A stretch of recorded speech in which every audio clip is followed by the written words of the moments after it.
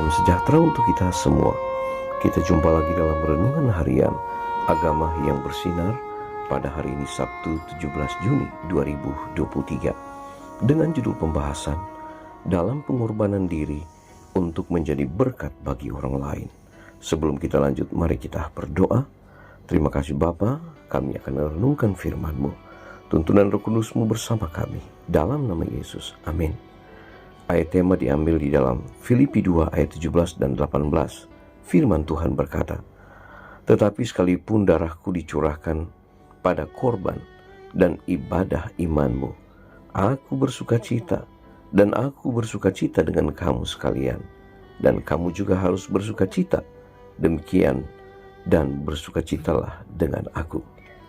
Saudara-saudaraku yang kekasih, Tuhan tidak menerima pelayanan yang paling indah kecuali diri diletakkan di atas mezbah, suatu pengorbanan, korban bakaran yang hidup.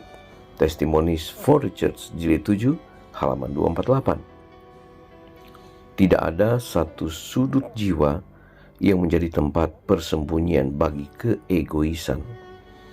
Tuhan ingin agar rencana surga dilaksanakan dan ketertiban serta keharmonisan surgawi berlaku di setiap keluarga, di setiap gereja, di setiap institusi.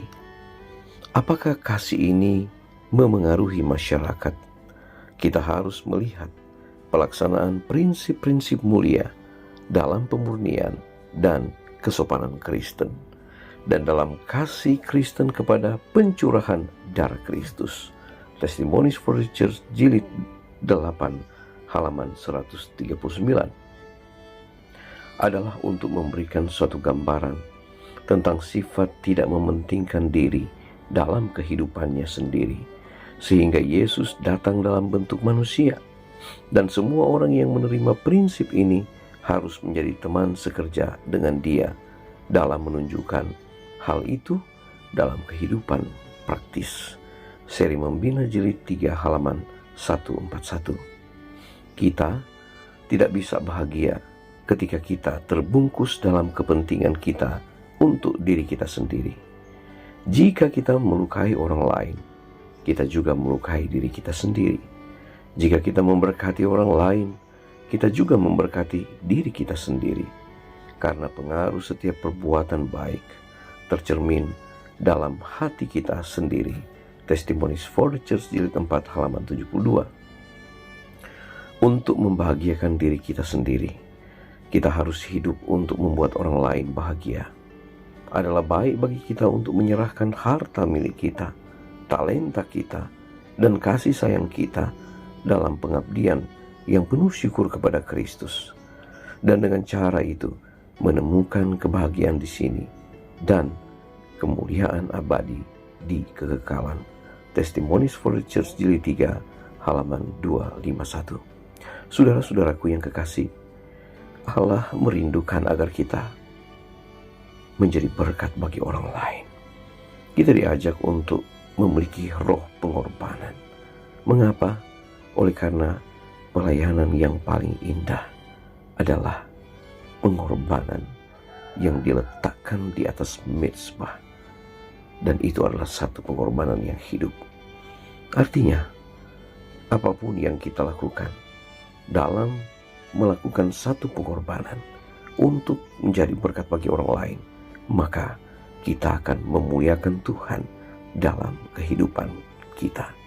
Untuk membahagiakan diri kita, kita harus hidup untuk membuat orang lain bahagia. Mari kita berdoa. Bapa di surga, terima kasih untuk firman Tuhan. Kami menerima satu berkat yang luar biasa.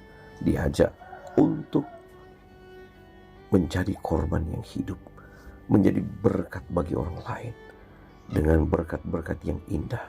Saat mana kami memiliki roh pengorbanan diri, maka kami pun akan menjadi berkat dimanapun kami berada.